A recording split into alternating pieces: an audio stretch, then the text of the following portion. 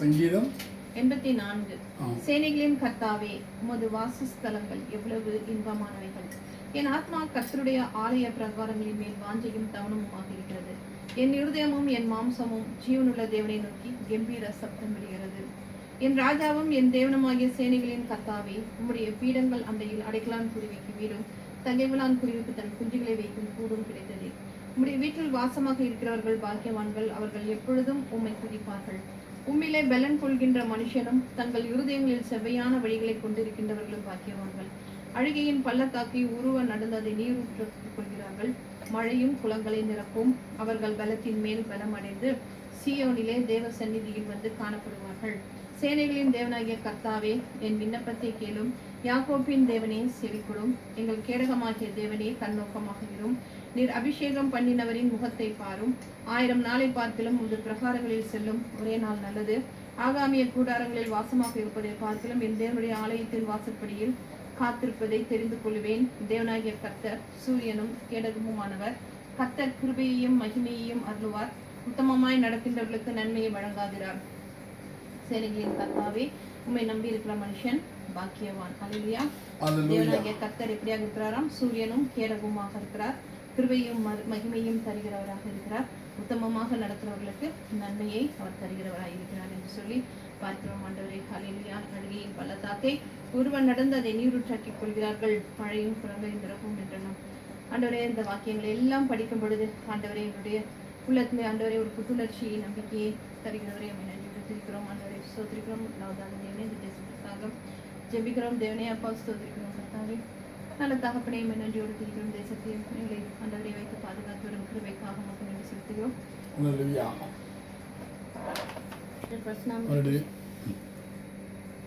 கர்த்தருடைய பரிசுநாமத்திற்கு ஸ்தோத்திரம்.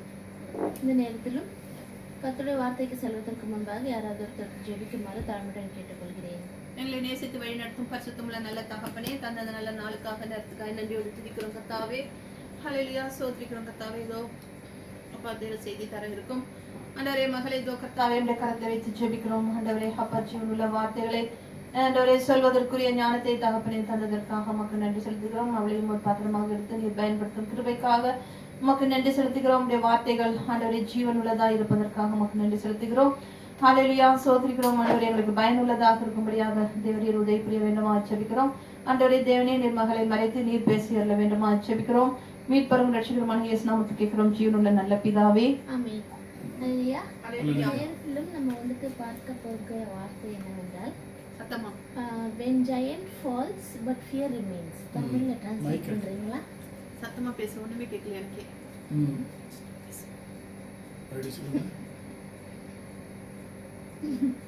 When giant falls but when giants fall but fear remains. சத்துரு விழும்போது, அதாவது சத்துரு விழுந்தாலும் அந்த நம்மளுடைய சத்துரு, நம்மளுடைய ஜெயண்ட்னு சொன்ன என்னது? ஓகே. விழுந்தாலும் அந்த பயம் இருக்கிறது. ஓகே, அதை பற்றி நான் ஜஸ்ட் இன்னைக்கு ஒரு வார்த்தை சொல்ல போகிறேன். இது அந்த சொன்ன வார்த்தையிலேருந்து என்ன ஒரு கான்டெக்ஸ்ட்னா, இப்போ நம்ம வந்துட்டு ஒரு காரியத்துல இருந்து, நம்மளுடைய ஒரு சேலஞ்சஸ்ல இருந்தோ, இல்லை நம்மளுடைய கஷ்டத்துல இருந்தோ, இல்லை நம்மளுடைய ஒரு போராட்டங்கள்ல இருந்து ஆண்டவர் நம்மளை விடுவிக்கும் பொழுது நம்ம என்ன செய்கிறோம்? உற்சாகமாக இருக்கிறோம். அவர் மீது நம்ம விசுவாசமாக இருந்து காரியம் நமக்கு ஏதுவாக அமையும் போது நம்ம உற்சாகமாக இருக்கிறோம். ஆனால் நாளடைவில் வந்துட்டு என்ன பண்ணுகிறோம்? அந்த அவர் செய்த நன்மைகளை மறந்து விட்டு திரும்பவும் நம்ம என்ன செய்கிறோம்? நம்ம வந்துட்டு பயப்படுகிறவர்களாக, அந்த சூழ்நிலைக்கே மீண்டும் நம்ம வந்துட்டு என்ன செய்கிறோம்? பயப்படுகிறவர்களாக நம்ம வந்துட்டு காணப்படுகிறோம். அதுதான் இந்த நாளுக்குடைய தலைப்பாக இருக்கிறது. அதற்கு ஒரு எடுத்துக்காட்டு என்று நம்ம பார்க்கும் பொழுது 1 சாமுவேல் 21 எப்போ வாசிக்க வேண்டாம், 1 சாமுவேல்ல தான் நம்ம வந்துட்டு பார்க்க போகிறோம். 1 சாமுவேல்ல யாரை பத்தி பேசியிருக்கிறது? தாவீதும் கோலியாத்தை பற்றி நம்ம வந்துட்டு பார்க்கிறோம். 1 சாமுவேல் 17 நம்ம பார்க்கும் பொழுது நமக்கு எல்லாருக்கும் அறிந்த ஒரு காரியம் இருக்கிறது. இஸ்ரவேல் ஜனங்கள் வந்துட்டு ஒரு ஒரு ஸ்ட்ராங்னா புயல்னா அந்த பிசிக்கலான புயல் இல்லை, பெலிஸ்டியர்கள் மூலமாக ஒரு ஒரு புயல் காணப்பட்டது. அது என்ன புயலாக இருந்தது? கோலியாத் என்று நம்ம பார்க்கிறோம். அப்போ இந்த கோலியாத் வந்து எப்படிப்பட்டவராக இருந்தார்? மிகவும் பெரிய ஜெய்சாண்டிக்காக ஒரு நடமாடும் ஒரு ஆர்மி மாதிரியாக அவரு காணப்பட்டார் என்று நம்ம பார்க்கிறோம். அப்போ அவர் வந்துட்டு என்ன செய்தாரு? இஸ்ரவேல் ஜனங்களுக்கு உங்களில் யாராவது இருந்தாங்கன்னா என் கூட சண்டை போடுறதுக்கு நீங்க அனுப்புங்க அப்படின்னு சொல்லும் பொழுது இஸ்ரவேல் ஜனங்கள் என்ன செய்தார்கள்? நடுங்கினார்கள் என்று நம்ம பார்க்கிறோம். அப்போ சவுலும் அவருடைய மொத்த படையும் வந்துட்டு என்ன செய்தது? பயந்தது. யாரை பார்த்து? கோலியாத்தை பார்த்து. அப்ப அந்த இடத்துல யாரு, அந்த இடத்துல அந்த சீன்ல யார் வருகிறார்? தாவீது ராஜா வருகிறார் என்று நம்ம பார்க்கிறோம். தாவீதுக்கு வந்துட்டு என்ன செய்யணும் என்று அவருக்கு ஆல்ரெடி தெரியும். அவர் வந்துட்டு ஆண்டவர் மீது காணப்பட்ட அந்த ஒரு கான்பிடன்ஸ் வந்துட்டு அவர் வந்துட்டு அவருக்குள்ள காணப்பட்டது. அதை உபயோகித்துதான் வந்துட்டு என்ன செய்தாரு? அந்த ஜெயண்டை வந்துட்டு அவர் வீழ்த்தினார் என்று நம்ம பார்க்கிறோம். அப்போ தாவீது அந்த இடத்துல வரும்பொழுது எதை அவர் கைகளில் எடுத்தார்? அதையும் ஸ்லிங் என்ற ஸ்டோன் எடுத்தார் என்று நம்ம பார்க்கிறோம். இஸ்ரவேல் ஜனங்கள் அதை பார்த்து என்னது வியந்தார்கள் என்று நம்ம பார்க்கிறோம். சர்ப்ரைஸ் ஆனார்கள் என்று நம்ம பார்க்கிறோம். அப்போ அவர் வந்துட்டு அந்த அந்த அந்த கையில அந்த காணப்படுகிற அந்த ஸ்லிங் வந்துட்டு நல்ல ஒரு தேர்ச்சி பெற்ற ஒரு ஆள் உபயோகிக்கும் பொழுதுதான் அது வந்துட்டு என்னது செய்ய முடியும்? அதை டிஃபீட் பண்ண முடியும். அதை வந்துட்டு இதாக சரியாக பயன்படுத்த முடியும். அதை ட்ரெயின் இல்லாதவர்களுக்கு அதை கையில கொடுத்தா என்ன ஆகும்? ஒண்ணுமே செய்ய முடியாது என்று நம்ம எய்ம் பண்ண முடியாது. ஒரு டெட்லி வெப்பனாக அதை மாற்ற முடியாது என்று நம்ம பார்க்கிறோம். அப்போ ஆனால் தாவீதுக்கு வந்துட்டு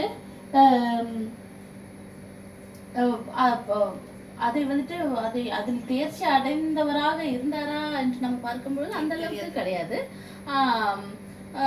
ஆனால் வந்துட்டு யார் அவர் கூட இருந்தாரு? ஆண்டவர் வந்துட்டு அவரோடு கூட இருந்தார் என்று நம்ம பார்க்கிறோம். அப்ப வந்துட்டு அவர் வந்துட்டு கோலியாத்தை அடிப்பதற்கு எத்தனை கல்களை எடுத்தார்? 5 கல்களை எடுத்தார். ஆனால் ஒரு கல்லிலேயே வந்துட்டு ஆண்டவர் வந்துட்டு வீழ்த்தினார் என்று நம்ம பார்க்கிறோம். இந்த கதை நமக்கு நல்லாவே தெரியும் என்று நம்ம பார்க்கிறோம். அப்போ தாவீது வந்துட்டு அந்த போருக்கு முன்பாகவும் அந்த போருக்கு பின்பாகவும் அந்த சண்டைக்கு அந்த கோலியாத்து கூட போன அந்த போருக்கு முன்பாகவும் பின்பாகவும் அவர் வந்துட்டு யாரை பற்றி அதிகமாக பேசி கொண்டிருந்தார்? ஆண்டவரை பற்றி அதிகமாக பேசினார் என்று நம்ம பார்க்கிறோம். எடுத்து வாசிப்போம். 1 சாமுவேல் 17:34-37. 1 சாமுவேல். தாவீது சவுலை பார்த்து, உம்முடைய அடியான் என் தகப்பனுடைய ஆடுகளை மேய்த்துக் கொண்டிருக்கின்ற போது ஒரு விசை ஒரு சிங்கமும் ஒரு விசை ஒரு கரடியும் வந்து மந்தையில் இருக்கின்ற ஒரு ஆட்டை பிடித்து கொண்டது. நான் அதை தொடர்ந்து போய் அதை அடித்து அதை அதன் வாய்க்கு தப்பிவிட்டேன். அது என் மேல் பாய்ந்த போது நான் அதன் தாடியை பிடித்து அதை அடித்து கொன்று போட்டேன். அந்த சிங்கத்தையும் அந்த கரடியையும் உம்முடைய அடியானாகிய நான் கொன்றேன். விருத்த சேதனம் இல்லாத இந்த பெலிஸ்தனும் அவைகளில் ஒன்றை போல இருப்பான். அவன் ஜீவனுள்ள தேவனுடைய சேனைகளை நிந்தித்தானே என்றார். பின்னும் தாவீது, என்னை சிங்கத்தின் கைக்கும் கரடியின் கைக்கும் தப்புவித்த கர்த்தர் இந்த பெலிஸ்தனுடைய கைக்கும் தப்புவிப்பார் என்றார். அப்பொழுது சவுல் தாவீதை பார்த்து, போ, கர்த்தர் உன்னுடனே கூட இருப்பாராக என்றார். அப்ப வந்துட்டு என்ன செய்கிறாரு? அவரு ஆண்டவரை பற்றி அந்த இடத்துல மகிமைப்படுத்துகிறார். அதுல வந்துட்டு அவர் ஆண்டவர் என்னன்னு சொல்கிறாரு? ஜீவனுள்ள தேவன் என்றவர் வந்துட்டு மீண்டும் மீண்டுமாக வந்துட்டு நிறைய இடத்துல வந்துட்டு அவர் வந்துட்டு பேசுகிறதை நம்ம பார்க்கிறோம். அப்போ தாவீது வந்துட்டு கோலியாத்தை எப்படியாக ஃபேஸ் பண்ணார்னா எப்படி சந்தித்தார் என்று நம்ம பார்க்கும் பொழுது தாவீது என்ன செய்தார்? முதலாவது ஆண்டவர் வந்துட்டு அவருக்கு இதற்கு முன்பு எப்படி வெற்றியை தந்தார் என்ற ஒரு காரியத்தை அவர் வந்துட்டு ஞாபகப்படுத்தினார். He remembered என்று நம்ம பார்க்கிறோம். அப்ப என்ன சொல்றது? அந்த வயல்வெளியில ஆடுகளை பார்க்கும் பொழுது என்ன வந்துச்சு? எல்லாத்தையும் நான் வந்துட்டு ஆண்டவருக்கு இதனால அதை பீறி போடுவதற்கு ஆண்டவர் பலத்தை தந்தார். அந்த காரியத்தை அவர் வந்து நினைவு கூர்ந்தார் என்று நம்ம பார்க்கிறோம். 2வது வந்துட்டு அவர் எதை வந்துட்டு ஃபோக்கஸ் பண்ணார் என்றால் ஆண்டவருடைய தேவனுடைய பவர்ஃபுல்லான அந்த பிரசன்னத்தை வந்துட்டு அவர் வந்துட்டு ஃபோக்கஸ் பண்ணார். அது இன்றும் அவரோடு கூட இருக்கிறது என்ற ஒரு காரியத்தை வந்துட்டு ஃபோக்கஸ் பண்ணார். அப்ப இந்த 2 இதைத்தான் அவர் வைத்து யாரை சந்தித்தார்? அவர் கோலியாத்தை சந்தித்தார் என்று நம்ம பார்க்கிறோம். அதற்கு ஏற்றவாறு என்ன நடந்தது? அவருக்கு வெற்றி பெற்றது என்று நம்ம பார்க்கிறோம். இப்போ இதெல்லாம் பார்க்கும்போது எப்படியாக இருக்கிறது, நல்லா இருக்கிறது. கேட்கும்போது தாவீது ராஜா அப்படி நமக்கு இந்த கதை வந்துட்டு நன்றாக அறிந்த ஒரு கதையாக இருக்கிறது. அப்போ இவ்வளவு ஒரு இப்படிப்பட்ட ஒரு வெற்றியை அடைந்தும் தாவீது இப்படிப்பட்ட ஒரு வெற்றியை அடைந்தும் எல்லாம் அவருக்கு நன்றாக போனதான்னு கேட்ட நன்றாக போகவில்லை. சவுல் என்ன ஆனாரு, அவரை தாவீதை பார்த்து ஜெலஸாக இருந்தார். அவர் மீது வந்துட்டு எதை எறிந்தாரு, ஈட்டிய எதையோன்னு எரிந்தார். 2 தடவை அவரை கொல்லுவதற்கு எரிந்தார் என்று நம்ம பார்க்கிறோம். தாவீதை கொல்லுவதற்காக சவுல் எவ்வளவோ எத்தனை செய்தார் என்று நம்ம பார்க்கிறோம். கடைசியாக சவுலோடைய மகன் ஜோனத்தான் மூலமாக அவர் என்ன செய்கிறாரு, தேசத்தை அந்த இடத்தை விட்டு கடந்து போகணும்னு சொல்லிட்டு அவர் வந்துட்டு சவுலுக்கு பயந்து என்ன செய்கிறார், ஓடுகிறார் என்று நம்ம பார்க்கிறார். இப்போ அவருக்கு வந்து ஒன்றும் திருப்பி செய்ய முடியவில்லை. ஏனால் தாவீது என்ன விசுவாசித்தார், சவுல் யாராக இருக்கிறார், ஆண்டவரால அபிஷேகப்பட்ட ஒரு மனிதர் என்ற நிமித்தம் அவருடைய கை வந்துட்டு கட்டப்பட்டதாக இருந்தது என்று நம்ம பார்க்கிறோம். அப்போ தாவீது என்ன செய்கிறார், அந்த இடத்தை விட்டு சென்று அவரு நோப் என்ற ஒரு டவுனுக்கு அவரு போகிறார் என்று நம்ம பார்க்கிறோம். அது 1 சாமுவேல் 21 நம்ம பார்க்கிறோம். எடுத்து வைத்தால் போதும், சொல்லும் போது வசிச்சார். 1 சாமுவேல் 21 வந்துட்டு எதை பற்றி சொல்கிறது, தாவீது ஓடுகிறார். அவர் வந்துட்டு டேவிட் ஆன் தி ரன் அப்படின்னா அவர் வந்து ஓடிக்கொண்டே இருக்கிறார் என்று நம்ம பார்க்கிறோம். இப்போ தாவீது என்ன இருக்கிறார், அவர் வந்து எந்த விதமான ஒரு மனநிலைமையில இருக்கிறார், பேனிக் மோட்ல இருக்கிறார். எப்போ யார் வந்து என்ன செய்வாங்கன்னு தெரியலையே அப்படி என்று நினைத்த ஒரு பேனிக் மோட்ல இருக்கிறார் என்று நம்ம பார்க்கிறோம். அப்போ ஈவன் நமக்குமே வந்துட்டு வாழ்க்கையில நம்ம பார்க்கும் பொழுது ஒரு மொமெண்ட் பார்க்கும் பொழுது ஒரு நேரத்துல நம்ம பார்க்கும் பொழுது நமக்கு வந்துட்டு நம்மளுடைய ஜெயண்ட்னா தமிழ்ல என்னது, நம்மளுடைய ஜெயண்ட். நமக்கும் வாழ்க்கையில எத்தனையோ விதமான ஜெயண்ட்ஸ் காணப்படும், நமக்கு எத்தனையோ விதமான கோலியாத்துகள் காணப்படும். அப்போ நமக்கு வந்துட்டு நம்ம எத்தனையோ தடவை நம்ம வந்துட்டு கோலியாத்துக்கு முன்பாக நின்றுப்போம், பலத்தோடு தைரியத்தோடு நம்ம வந்துட்டு நின்றுப்போம். கொஞ்ச நாள் கழிச்சு நம்ம அந்த கோலியத்தை பார்த்து பயந்து ஓடுகிறவர்களாக நம்ம வாழ்க்கையில எத்தனையோ தடவைகள் காணப்படுகிறது. நம்ம ஒரு டைம் அப்படியே சந்தோஷமாவே இருக்கிறோமா, ஆண்டவர் மேல விசுவாசத்தோடு எப்பொழுதுமே விசுவாசத்தோடு அப்படியே நம்ம போறோமா, இல்லை அப்படின்னமோ பார்க்கிறோம்.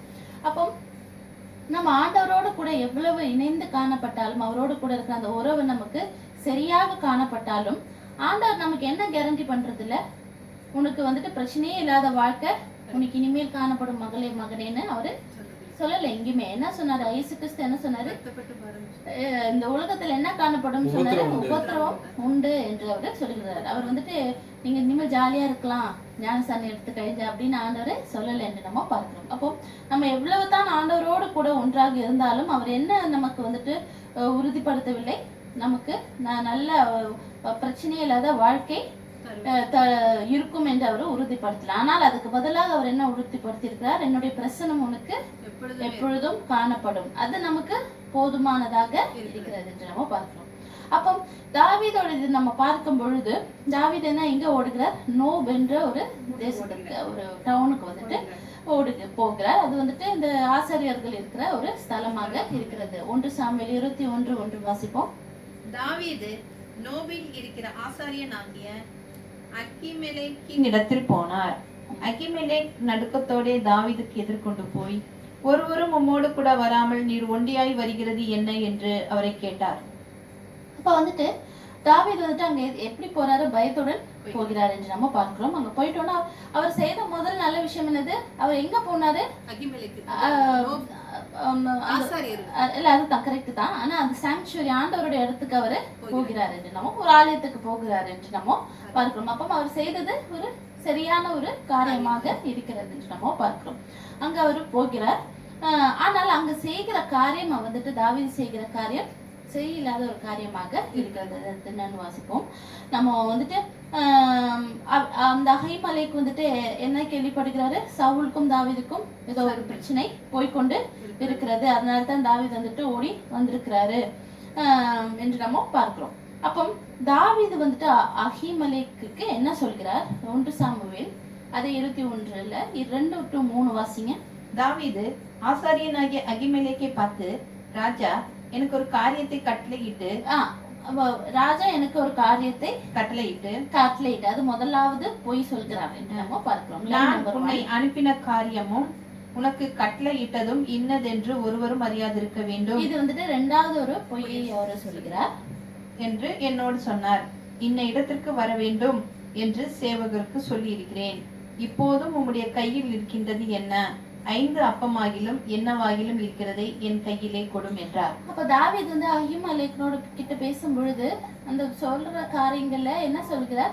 பொய்யை மட்டும் தான் அவர் வந்துட்டு சொல்லிக்கொண்டு இருக்கிறார். எப்படி அவர் அமைச்சாரு, நான் எப்படி வந்திருக்கேன் அப்படின்னு சொல்லிட்டு அவர் பொய் சொல்லுகிற காரியத்தை நம்ம பார்க்கிறோம்.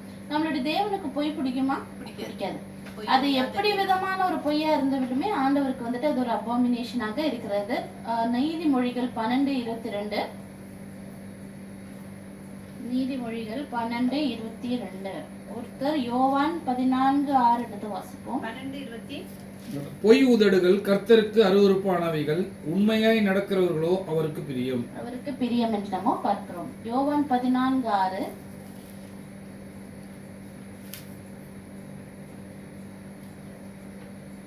யோவான் 14:6 அதற்கு இயேசு, நானே வழியும் நானே சத்தியம் ஜீவனமாய் இருக்கிறேன், என்னாலே அல்லாமல் ஒருவனும் பிதாவினிடத்தில் வரான். அப்போ நம்ம நீதிமொழிகள்ல பார்க்கும் பொழுது அவர் எதை வெறுக்கிறார்? பொய் உதடுகளை வெறுக்கிறார். யோவான்ல வாசிக்கும் பொழுது அவரு தன்னுடைய மக்களை எப்படி அழைக்கிறார்? நீதி உள்ளவர்களாக இருக்க வேண்டும் என்று அவர் அழைக்கிறார் என்று நம்ம பார்க்கிறோம். ஏனால் அவர் ஒரு நீதியுள்ள தேவனாக இருக்கிறார். அப்போ அவர் வந்து என்ன செய்கிறார்? தாவீது வந்துட்டு என்ன செய்கிறார்? பொய்யை வந்துட்டு சொல்கிறார் என்று நம்ம பார்க்கிறோம்.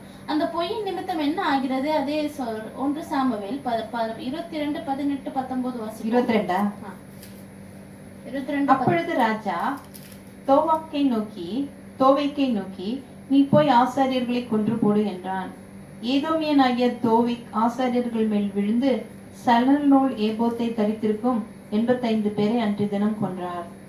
ஆசாரியர்களின் பட்டணமாகிய நோபில் உள்ள புருஷரையும் ஸ்திரீகளையும் பிள்ளைகளையும் குழந்தைகளையும் மாடுகளையும் கழுதைகளையும் ஆடுகளையும் பட்டய கருக்கினால் வெட்டி போட்டார் என்று நம்ம பார்க்கிறோம். இவங்களை வந்துட்டு பொய்யால வந்துட்டு என்ன ஆனது? ஒரு காரியம், ஒரு டிராஜிக்கான ஒரு சம்பவம் நடக்கிறது என்று நம்ம பார்க்கிறோம். அவருடைய பொய்யின் நிமித்தம் அகிமெலேக்கும் அவரோடு கூட அநேக ஆசாரியர்கள் வந்துட்டு மரித்து போகிறார்கள் என்று நம்ம பார்க்கிறோம். அப்போ நம்ம நினைக்கலாம், பொய் சொன்னா நமக்கு அதன் வழியாக நம்ம எப்படியாவது கடந்து தப்பிச்சு போயிடலாம் என்று நம்ம நினைக்கலாம். பொய் நிமித்தம் நமக்கு பிரச்சனை இல்லைனாலும் நம்மளை சுற்றி இருக்கிறவர்களுக்கு எப்படியும் பிரச்சனையாக மாறும் என்று நம்ம பார்க்கிறோம். அப்போ நம்ம அதற்கு வந்துட்டு எதை இடம் கொடுக்க கூடாது என்று நம்ம பார்க்கிறோம். பொய்யின் பிதா யாராக இருக்கிறார்? சாத்தானாக இருக்கிறார் என்று நம்ம பார்க்கிறோம். ஆண்டவர் படைத்த சிருஷ்டியில வந்துட்டு யாரு இந்த பொய்யை நம் விசுவாசித்தா? ஆதியிலே ஏவாள் வந்துட்டு என்ன செய்கிறார்?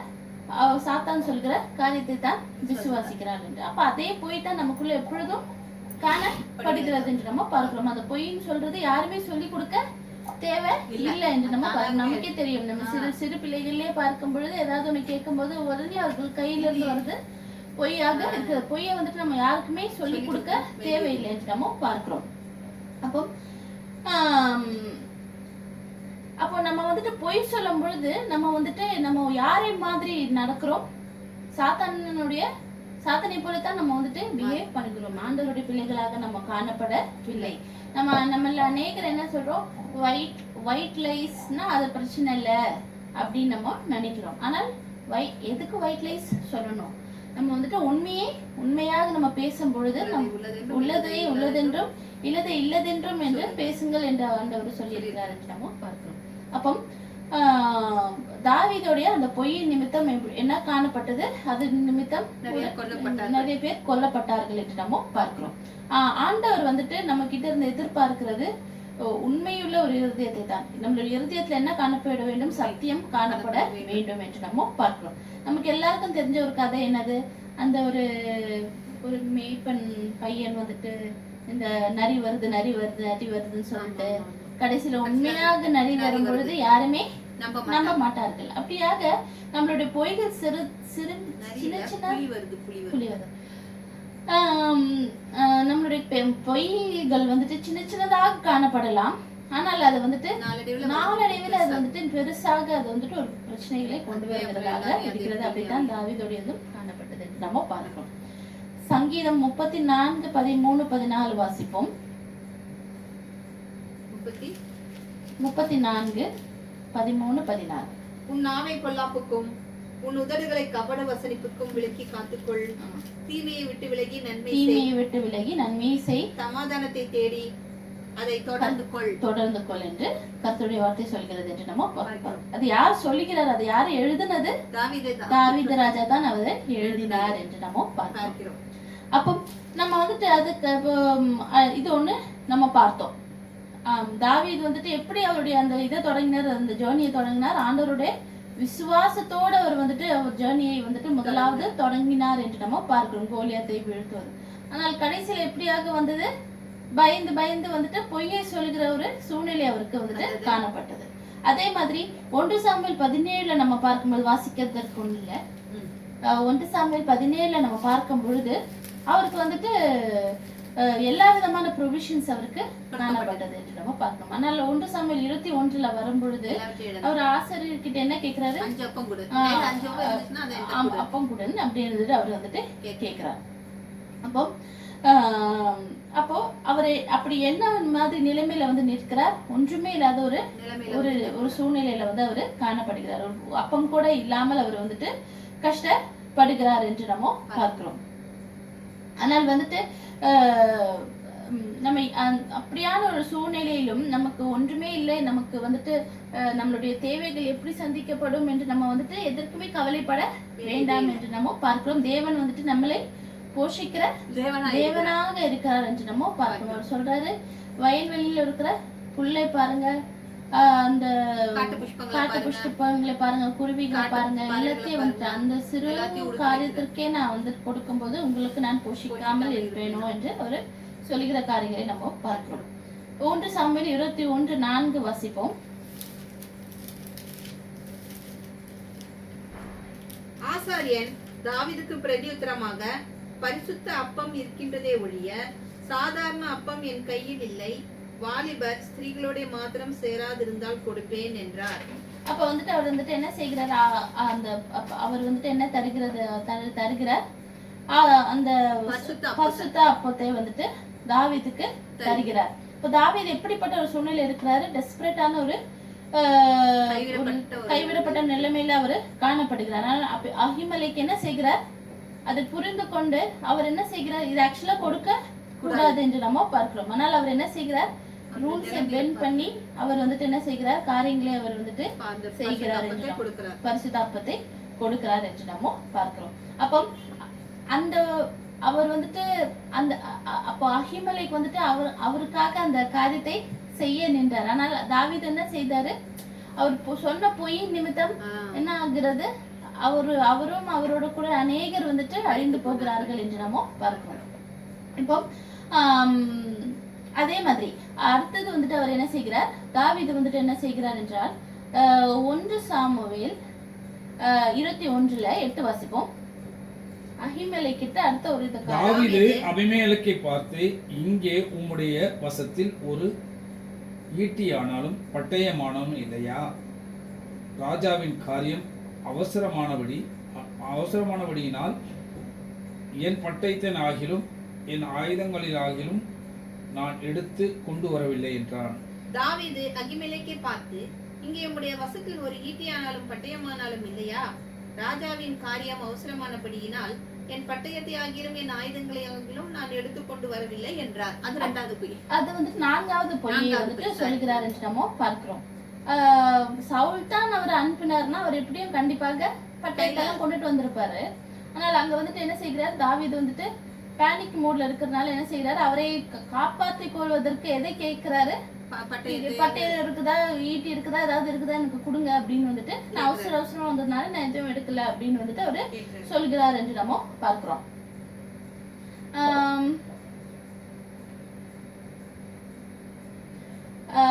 தாவீது வந்துட்டு என்ன செய்கிறார், அவர் வந்துட்டு இந்த பேனிக் மோட்ல இருக்கும்போது, பயத்துல இருக்கும் பொழுது அவர் செய்கிற காரியம் எல்லாமே எப்படியாக இருக்கிறது, தவறாக முடியுது. அது வந்து பெத்ஷிபாவுடைய காரியத்திலுமே நம்ம பார்க்கும் பொழுது அவர் அந்த பேனிக் மோட்ல என்ன செய்கிறாரு, அவங்க புருஷனை வந்துட்டு தவறை செய்கிறாரு, அப்புறம் புருஷனை இது பண்றாரு. அப்போ அந்த மாதிரி அதே மாதிரி தான் நமக்குமே நம்ம வந்துட்டு இந்த பயத்துல நம்ம வந்துட்டு காரியங்களை செய்யும் பொழுது பாவங்களை செய்கிறவர்களாக நம்ம காணப்படுவோம். ஆண்டவர் மேல இருக்க அந்த விசுவாசத்தை எடுத்து ரிமூவ் பண்ணிட்டு நம்ம வந்துட்டு மற்ற சூழ்நிலைகள் மேல நம்ம வந்துட்டு இதை என்ன காப்பாத்தும், அதை என்ன காப்பாத்தும், இவங்க காப்பாத்துவாங்க, நம்ம அந்த விசுவாசத்தை வந்து வேற இடத்துல வைக்கும் பொழுது நம்ம அந்த பயத்தின் நிமித்தம் நமக்கு நடக்கிற காரியங்கள் எதுவுமே நேராக இருக்காது என்று நம்ம பார்க்கிறோம். அப்படித்தான் தாவீது ராஜாக்கும் நடக்கிறது.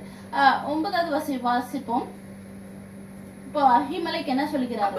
ஆசாரியன், நீ ஏலே பள்ளத்தாக்கிலே கொன்ற பெலிஸ்தியனாகிய கோலியாத்தின் பட்டயம் இதோ ஏபோத்துக்கு பின்னாக ஒரு புடவியில் சுருட்டி வைத்திருக்கிறது. அதை நீர் எடுக்க மனதானால் எடுத்துக்கொண்டு போம், அதல்லாமல் வேறொன்றும் இங்கே இல்லை என்றார். அப்பொழுது தாவீது, அதற்கு நிகர் இல்லை, அதை எனக்கு தாரும் என்றார். அப்போ வந்துட்டு என்ன செய்கிறார் தாவீது, கடைசியில யாரோட பட்டயத்தை எடுக்கிறாரு? கோலியாத்தோட. அந்த பட்டயம் வந்துட்டு கோலியாத்தோட பட்டயம் கோலியாத்தோட கையில இருக்கும் பொழுது ஏதாவது நடந்ததா? நடக்கல. அதே பட்டயத்தை தான் இப்ப யார் எடுக்கிறாரு? தாவீது எடுத்துட்டு இது என்னை காப்பாற்றும், இதை வைத்து நான் வந்துட்டு என்னை காப்பாற்றிக் கொள்வேன் என்று அவர் வந்துட்டு அதை எடுக்கிறார் என்று நம்ம பட்டயத்தின் மேல நம்பிக்கை வைக்கிறோம். ஆமா, ஆண்டவரை அவர் ஒரு நாள் யாரை விசுவாசித்தார், அந்த ஆண்டவர் மேல விசுவாசித்து தான் கோலியாத்தை வந்துட்டு இது பண்ணார் என்று நம்ம பார்க்கிறோம். ஆனால் இப்ப எப்படி சூழ்நிலை மாறி இருக்கிறது?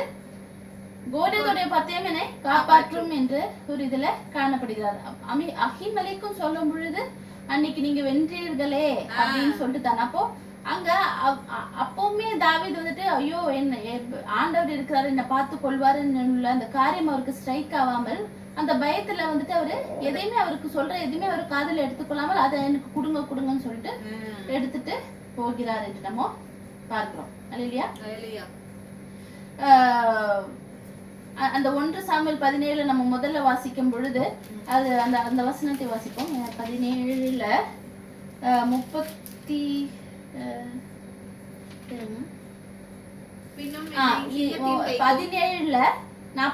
வாசிப்போம். அதற்கு தாவீது பெலிஸ்தனை நோக்கி, நீ பட்டயத்தோடும் ஈட்டியோடும் கேடகத்தோடும் என்னிடத்தில் வருகிறாய், நானோ நீ நிந்தித்த இஸ்ரவேலினுடைய இராணுவங்களின் தேவனாகிய சேனைகளுடைய கர்த்தரின் நாமத்திலே உன்னிடத்தில் வருகிறேன். அப்ப வந்துட்டு அவர் என்ன அந்த இடத்துல சொல்கிறாரு, நீ பட்டயத்தோடு இதோட வர, ஆனா நான் இது. ஆனா கடைசியில என்ன ஆகிறது, அவர் வந்துட்டு அந்த தோஆகுன்னு சொல்லிட்டு ஒருத்தர் இருப்பாரு, அது வந்து சவுலோட ஒரு சீஃப் ஷெப்பர்டுன்னு சொல்லிட்டு அவர் வந்துட்டு அந்த இடத்துக்கு வருகிற காரியம் அறிந்து தான் தாவீது என்ன செய்கிறாரு, பயந்துகிட்டு அவர்கிட்ட இருந்து என்னை காப்பாற்றிக் கொள்வதற்கு தான் என்ன செய்கிறாரு, அந்த பட்டயத்தை எடுக்கிறார் என்று நம்ம பார்க்கிறோம். அந்த தோஆகு தான் யார கடைசியில விழுக்கிறார்கள், அந்த அஹிமலைக்கு அந்த எல்லாரையுமே வந்துட்டு விழுத்துக்கிறார். அப்ப அவர் வருகிறார் என்ற அந்த ஒரு பயத்து நிமித்தம் என்ன செய்கிறாரு, தாவீதுக்கு எல்லாமே மறந்துட்டு இந்த பட்டயம் இருந்தா போதும் நான் காப்பாத்திப்பேன் அப்படின்னு சொல்லிட்டு அவரு காணப்படுகிறார் என்று நம்ம பார்க்கிறோம். இப்ப என்ன செய்கிறார், அந்த கோலியாத்தோட அந்த பட்டயத்தை எடுத்துக்கொண்டு போகிறார். காரியம் சரியாகுதா? இல்ல, இன்னுமே வர்ஸ் ஆகுது என்று நம்ம பார்க்கிறோம். அடுத்தது என்ன செய்கிறார், அவர் வந்துட்டு பெலிஸ்தியரோட டெரிட்டரிக்குள்ள அவரு போகிறார். தாவீது 1 சாமுவேல் 21:10 வாசிப்போம். அன்றைய தினம் தாவீது எழுந்து சவுலுக்கு தப்பியோடி காத்தின் ராஜாவாகிய ஆகீஸ் இடத்தில் போனார். ஆகீஸ்ன்னு சொல்லும் போது அங்க வந்துட்டு காத்தோட ஒரு ராஜாவாக இருக்கிறார் என்று நம்ம பார்க்கிறோம். அப்ப இந்த பெலிஸ்தீன் பறையும் போது இங்கதான் யாரு பிறந்து வளர்ந்து வந்தது, கோலியாத் தான் வந்துட்டு பிறந்து வளர்ந்த ஒரு இடமாக இருக்கிறது என்று நம்ம பார்க்கிறோம். அவருடைய ஊராக இருக்கிறது. அப்போ தாவீது அங்க எப்படி வருகிறார், கோலியாத்தோட பட்டயத்தை தூக்கி கொண்டு அவருடைய ஹோம் டவுனுக்கே அவர் வருகிறார் என்று நம்ம பார்க்கிறோம். அங்க வந்துட்டு அவர் அந்த அங்க வந்துட்டு நிற்கும் பொழுது 1 சாமுவேல் 2:11 12 21 11 to 12 வாசிங்க. ஆகீசின் ஊழியக்காரர் தாவீதை பார்த்து தேசத்து ராஜாவாகிய தாவீது இவரல்லவோ, சவுல் கொன்றது 1000, தாவீது கொன்றது 10,000 என்று இவரை குறித்தல்லவோ ஆடல் பாடலோடு கொண்டாடினார்கள் என்றார்கள். இந்த வார்த்தைகளை தாவீது தன் மனதில் வைத்துக்கொண்டு காத்தின் ராஜாவாகிய ஆகீசுக்கு மிகவும் பயப்பட்டு அவர்கள் கண்களுக்கு முன்பாக தன் முகநாடியை வேறுபடுத்தி அவர்களிடத்தில் பித்தங்கொண்ட காண்பித்து. அப்ப வந்துட்டு அங்க ஆகீஷோட சேவர்கள் வந்துட்டு என்ன சொல்கிறாங்க, நீங்க தானே அது இவரை பத்தி தானே நம்ம கேள்விப்பட்டோம். அப்ப சவுலை பத்தி கூட வந்துட்டு அங்க இருக்கிறவர்கள் வந்துட்டு கேள்விப்பட்டதில்லை, தாவீதை பற்றி தான் கேள்விப்பட்டது. அதை சொல்லவும் செய்கிறார்கள். ஆனால் தாவீது வந்துட்டு அது எதுவுமே வந்துட்டு அவர் கேட்கிற இதுல இல்ல என்று நம்ம பார்க்கிறோம். அவர் அந்த பயத்திலேயே தான் அவர் இருக்கிறார் என்று நம்ம பார்க்கிறோம். அப்போ ஆண்டவர் அப்பொழுதும் அவர் தாவீதுக்கு வந்துட்டு நினைவு படுத்துகிறார். ஆகிமலைக்கு மூலமாகவும் இந்த மக்களின் மூலமாகவும் அவர் வந்துட்டு காரியங்களை வந்துட்டு சொல்கிறார். அதாவது ஒரு காலத்துல வந்துட்டு இவர் தானே அந்த பெலிஸ்தரை இது பண்ணார்கள் என்று அநேக காரியங்கள் வந்துட்டு சொல்லப்பட்டாலும் அவர் வந்துட்டு எதையுமே வந்துட்டு என்ன செய்ய மாட்டாரு, யோசிக்க மாட்டேங்கிறார், அதை நினைவு கூறவும் மாட்டேங்கிறார் என்று நம்ம பார்க்கிறோம். அப்போ ஆண்டவர் வந்துட்டு அவருடைய அட்டென்ஷனை எடுப்பதற்கு அநேக காரியங்கள் பெலிஸ்தர்கள் மூலமாகவே அவர் வந்துட்டு பேசுகிற காரியங்களை நம்ம பார்க்கிறோம். ஆனால் தாவீதுக்கு ரிமைண்ட் பண்ணுவதற்கு அநேக காரியங்களை சொல்கிறார். ஆனால் தாவீது வந்துட்டு என்ன செய்கிறாரு, எதையுமே காதுல வாங்காமலே அவரு இருக்கிறார் என்று நம்ம பார்க்கிறோம்.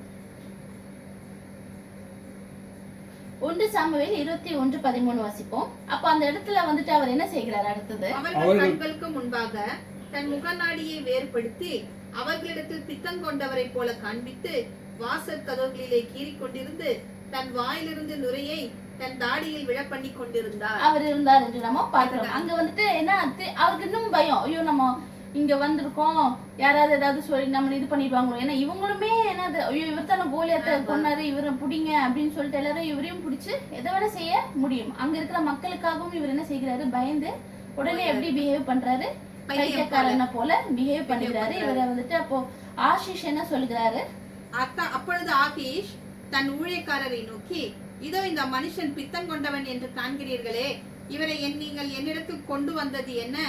எனக்கு முன்பாக பைத்திய சேஷ்டை செய்ய நீங்கள் இவனை கொண்டு வருகிறதற்கு பைத்தியக்காரர்களுக்கு குறைவாக இருக்கிறார்களோ? இவன் என் வீட்டிலே வரலாமா என்றார். அப்ப வந்துட்டு அவர் அந்த இடத்துல ஒரு நடிப்பு நடிச்சிருந்தாலுமே ஓகே, அந்த இடத்துல இருந்து அப்ப தப்பிக்கிறதுக்கு ஒரு இது கிடைச்சது. ஆனால் வந்துட்டு இவர் இது எல்லாமே எது நிமித்தம் பண்ணுகிறாரு, பயத்து நிமித்தம் வந்துட்டு இந்த மாதிரி பைத்தியமாகவும் அப்படியாகவும் யோசிக்காமலும் அநேக காரியங்களை அவர் செய்கிறார் என்று நம்ம பார்க்கிறோம். அப்போ இதே மாதிரி தான் வந்துட்டு இப்ப தாவீதை மாதிரி தான் நம்மளும் வந்துட்டு நம்ம என்ன செய்கிறோம், பயத்திற்கு வந்துட்டு அதிகமான இடத்தை கொடுக்கும் பொழுது நம்ம என்ன செய்கிறோம், என்ன செய்யப்படுவோம்,